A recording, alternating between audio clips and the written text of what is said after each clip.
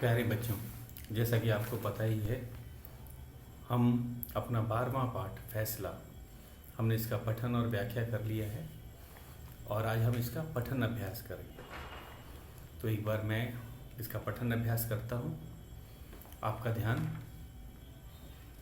पाठ्य पुस्तक पे होना चाहिए और उसके बाद हम इस पाठ के शब्दार्थ और मुहावरों को करेंगे। तो शुरुआत करेंगे पाठ के पठन अभ्यास। पाठ 12 फैसला। राजन एक किसान का बेटा था। वह बड़ा ही आज्ञाकारी और परिश्रमी था। वह गांव की पाठशाला में पढ़ता था और अपने पिता के काम में उनकी मदद करता था। एक दिन राजन खेत से घर लौट रहा था।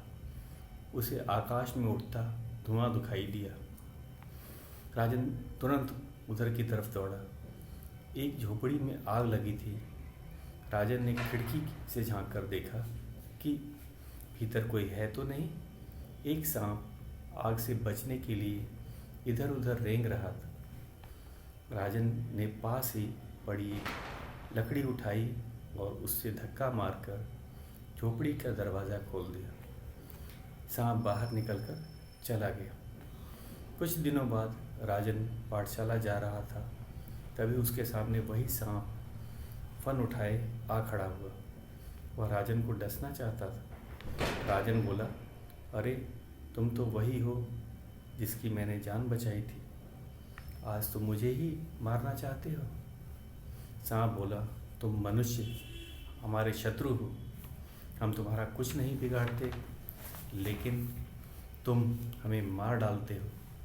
हाँ, यह बात ठीक है कि उस दिन तुमने मेरी जान बचाई थी, इसलिए चलो किसी से फैसला करवाते हैं कि मुझे तुम्हें डसना चाहिए या नहीं।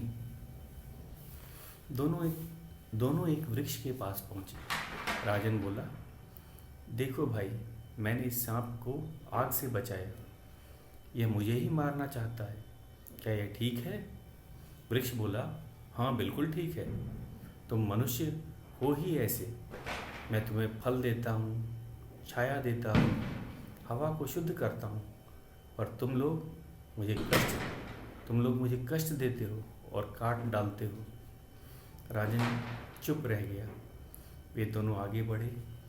एक तालाब के पास पहुँचे।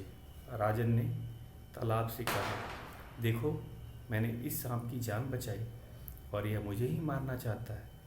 क्या यह ठीक है? तालाब बोला, हाँ बिल्कुल ठीक है। तुम मनुष्य पानी के बिना जीवित नहीं रह सकते।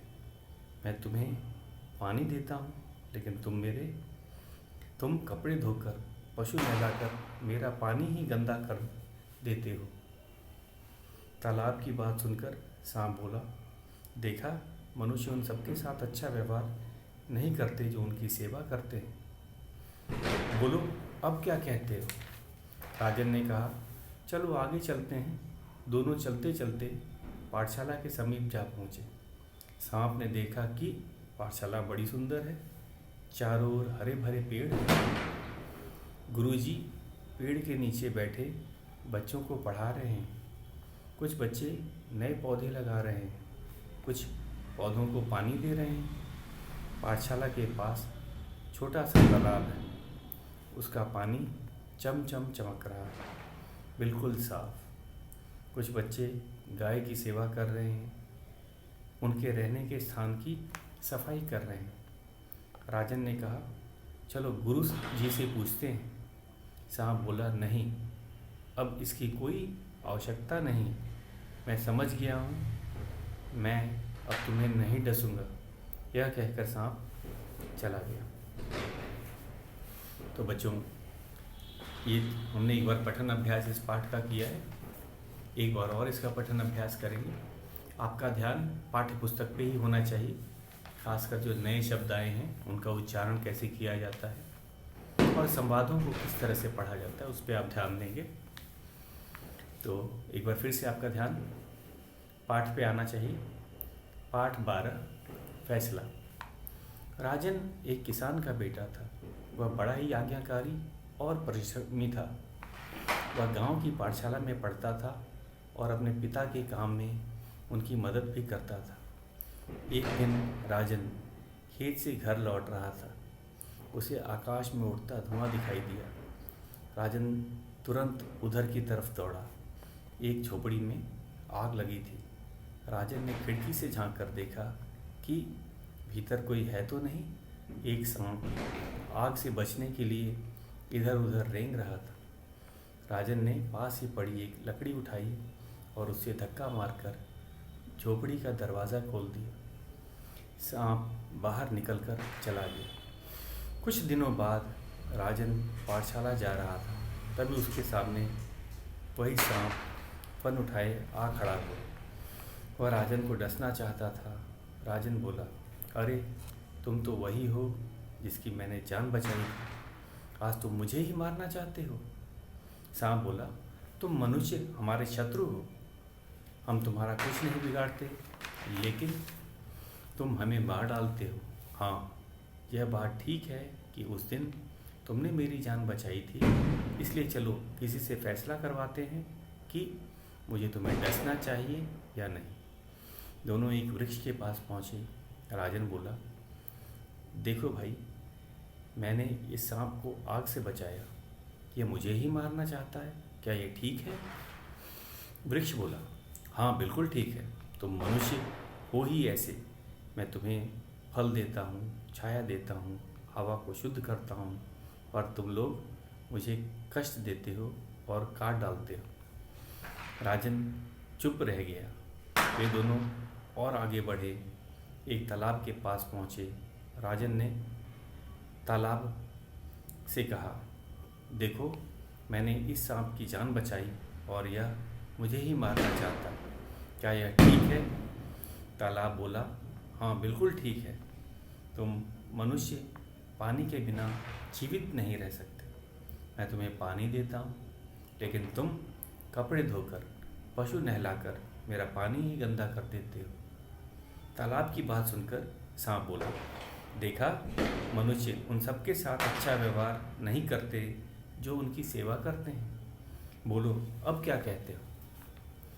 राजन ने कहा, चलो आगे चलते हैं। दोनों चलते चलते पाठशाला के समीप जा पहुँचे। सांप ने देखा कि पाठशाला बड़ी सुंदर है। चारों ओर हरे भरे पेड़ हैं।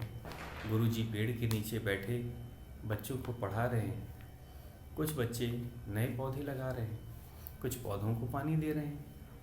पाठशाला के पास छोटा सा तालाब है। उसका पानी चमचम चमक रहा है, बिल्कुल साफ। कुछ बच्चे गाय की सेवा कर रहे हैं, उनके रहने के स्थान की सफाई कर रहे हैं। राजन ने कहा, चलो गुरुजी से ही पूछते हैं। सांप बोला, नहीं। सांप बोला, नहीं, अब इसकी कोई आवश्यकता नहीं है। मैं समझ गया हूँ, अब मैं तुम्हें नहीं डसूंगा। यह कहकर सांप चला गया। तो बच्चों, था ये पठन अभ्यास। अब हम चलेंगे इसके शब्दार्थ की तरफ। शब्दार्थ आप अपनी नोटबुक निकाल लीजिए। शब्दार्थ को आप लिख कर याद करते हैं, तो आप अपनी नोटबुक निकालिए।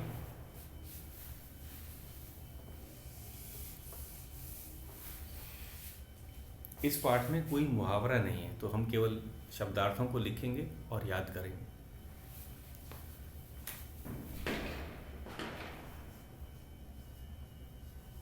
शब्दार्थ। पहला है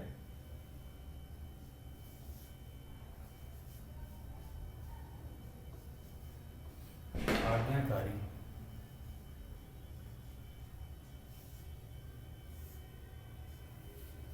आज्ञा मानने वाला।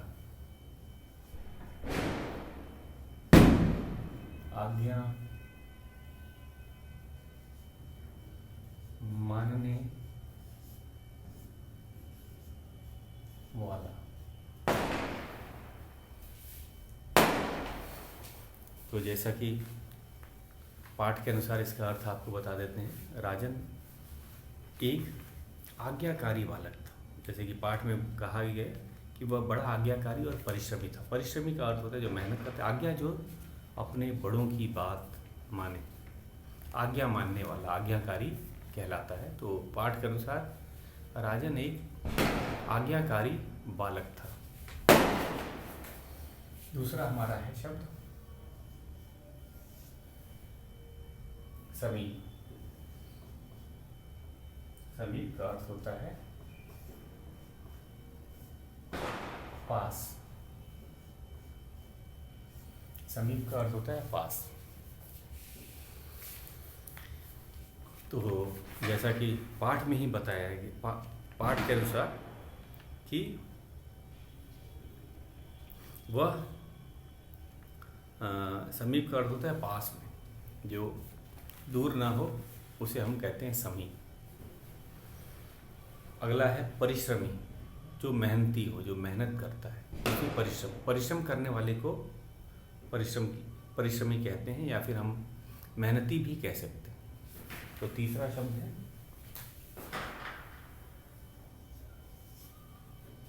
परिश्रमी।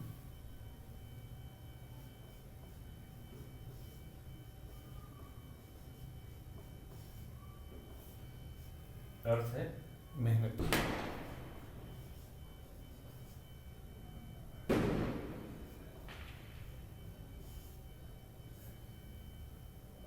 अगला है चौथा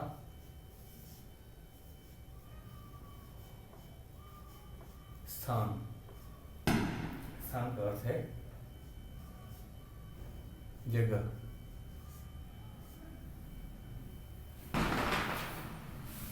तो जैसे कि पाठ के अनुसार लिखा है कि एक जगह जो था उसे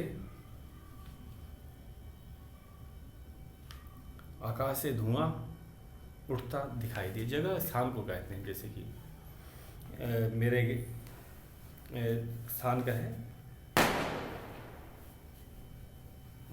जगह कहा जाता है। जैसे कि पाठशाला के पास को हमने समीप बताया था कि पाठशाला के समीप वे पहुँचे। समीप मतलब पास होता है। उसके बाद दूसरा है स्थान। तो वहाँ पे कैसा स्थान था? जगह क्या थी? हरियाली से भरी थी, चारों तरफ हरे भरे पेड़ थे और पाठशाला में बच्चे पढ़ रहे थे। स्थान का अर्थ होता है जगह। शुद्ध का अर्थ होता है स्वच्छ। पांचवा है शुद्ध। शुद्ध का अर्थ है स्वच्छ।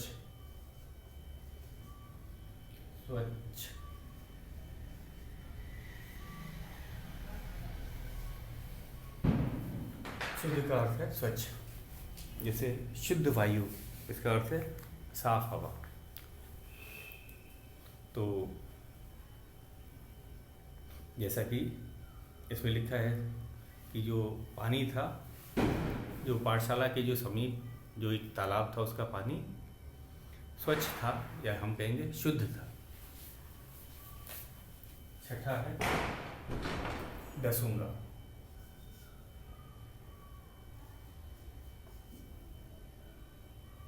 डसूंगा इसका अर्थ है सांप का डसना, सांप का काटना,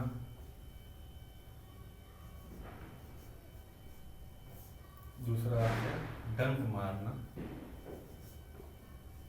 डंक मारना। तो बच्चों, आपको पता ही है जो सांप है वो डसता है। सांप के काटने को डसना कहते हैं। असल में डसना में क्या होता है, सांप के जो दो जो जहरीले दांत होते हैं उसमें विष होता है और वो अपने शिकार को डसते समय उसमें विष डाल देता है। और बिच्छू के काटने को भी डसना कहते हैं, क्योंकि बिच्छू के भी जो है एक डंक होता है जिसमें विष भरा होता है और वो अपने शिकार में उसका जहर डाल देता है। तो सांप के काटने को डसना ही कहा जाता है। डसने में सांप अपने दो जहरीले दांतों से अपने शिकार के शरीर में जहर डाल देता है, इसीलिए सांप के काटने को डसना कहा जाता है। अगला है कष्ट।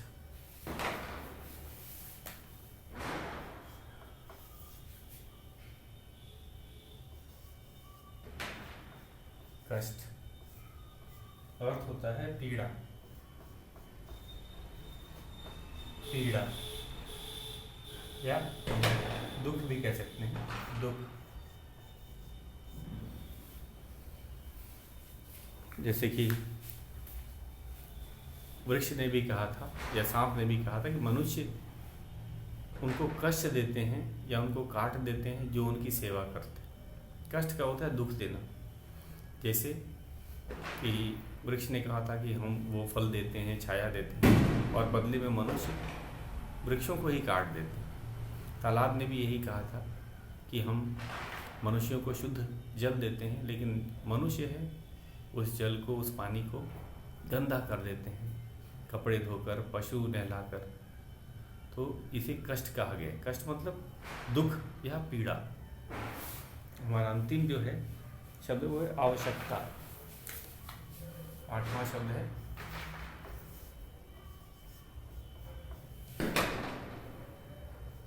आवश्यकता।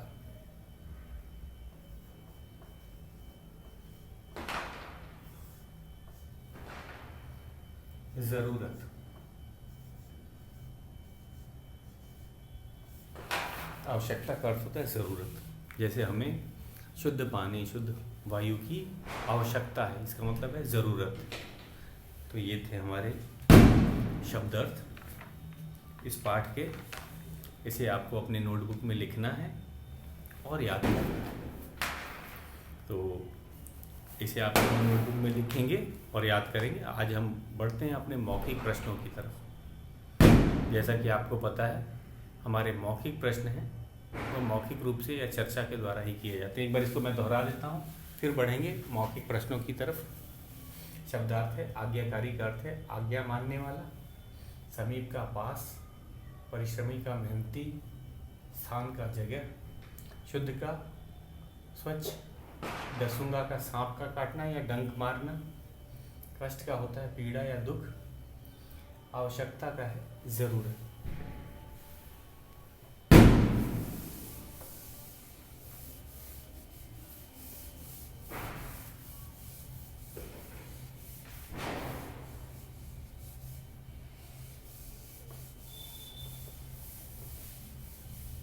अब बढ़ते हैं अपने मौखिक प्रश्नों की तरफ।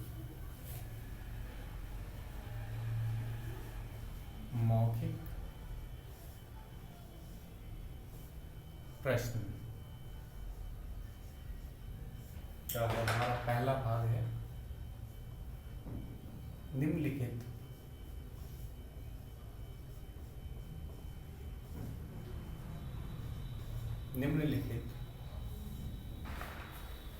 प्रश्नों के उत्तर। निम्नलिखित प्रश्नों के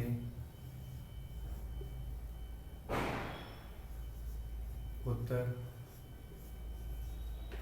दो। पहला है क, आकाश में धुआं क्यों छाया था? आकाश में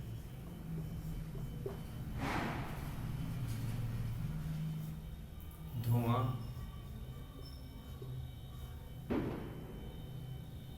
क्यों छाया था?